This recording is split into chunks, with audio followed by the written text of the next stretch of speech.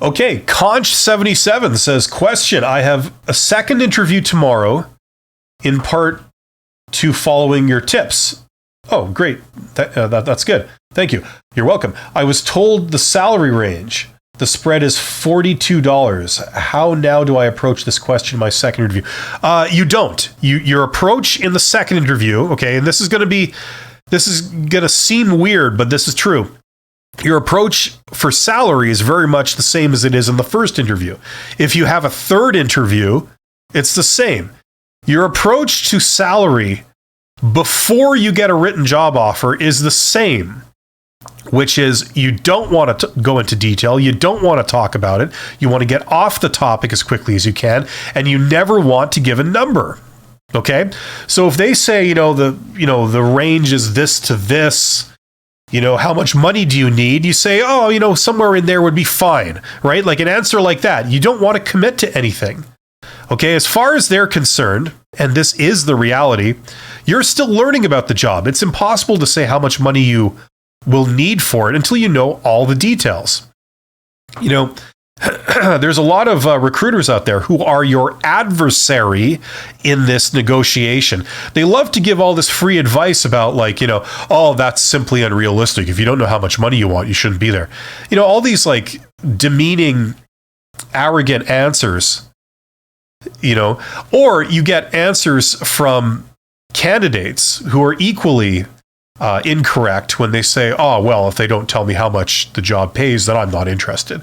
That arrogant sort of attitude. A lot of times that will get you eliminated right on the spot for just being like that. The reality, it's a bit of a dance. You don't know the job and they don't know you, right? So until people really come to grips with each other, you don't know what's an appropriate amount of compensation to settle on. It's just that simple. So until you get a job offer, you can't negotiate, because if you ask for too much, they'll just go to a different candidate. They'll say, you'll price yourself out of the market, and they'll go to somebody else. It's just that simple. Okay, so you try and be as vague as possible, all the way up to the point where they make you a written offer with the salary in there. That's the point where you can start to negotiate. Doesn't mean you have to negotiate, but if you're going to negotiate, that's the point where it would start. Okay? Before you get the offer letter, you have absolutely nothing to bargain with, because they're still talking to other people.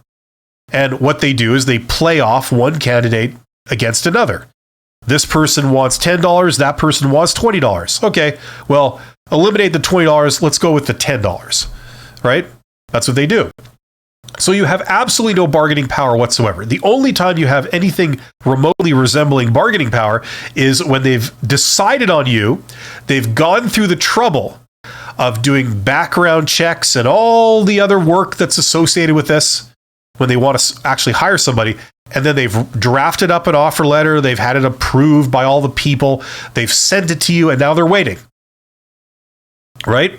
Now, if you just walk away now, that causes them pain. They did all that work for nothing. Maybe the hiring manager, the boss, kind of had their heart set on you in their mind, like, okay, that's the person we're hiring. And it's kind of a real bitter disappointment when they discover, we can't get that person. Or they're playing hardball. They want this. Right? So at that point, if you walk away, it's actually causing them pain. If you were to walk away at any point before you get a written offer letter with the compensation, they don't care. They have to eliminate people anyway. You just made it easy for them. Right? So that's how you address it. Okay? Nothing has changed since the first interview. Now, I know what most people are going to say. They're going to say, but they're putting pressure on me. I said that I didn't know in the first meeting, and now they're asking me again. It makes me feel awkward. Well, you know what? This is where you need to stick to your guns. You need to say, look, I stand by what I said before. Okay, somewhere in the range that you mentioned would be fine. I can't say precisely where until I know the details of, the offer and all this kind of stuff. No one can force you to answer a question. This isn't a court. You know what I mean? The reason they ask you the question in the first place is to try and eliminate you, right? So you feel pressure to lowball yourself, and then you say a low number, and then there's pressure to like stand by that number, to stick to it, because that's what you said, even though it's what's called a psychological contract. It's where it feels like there was an agreement, but there was no agreement, right? And it's a tactic they use just to pressure you, okay? They don't know how much you're worth. They're trying to get away with paying you as little as possible, and if you respond to these and give them what they want, you're helping them. Okay? That's just how it works. And if they don't give you an offer letter, the whole thing's moot anyway. You know, what you can do if they're really piling pressure on and you feel that if you don't give them this answer, they will cancel the entire thing on the spot and eliminate you, you could say, well, maybe something around this.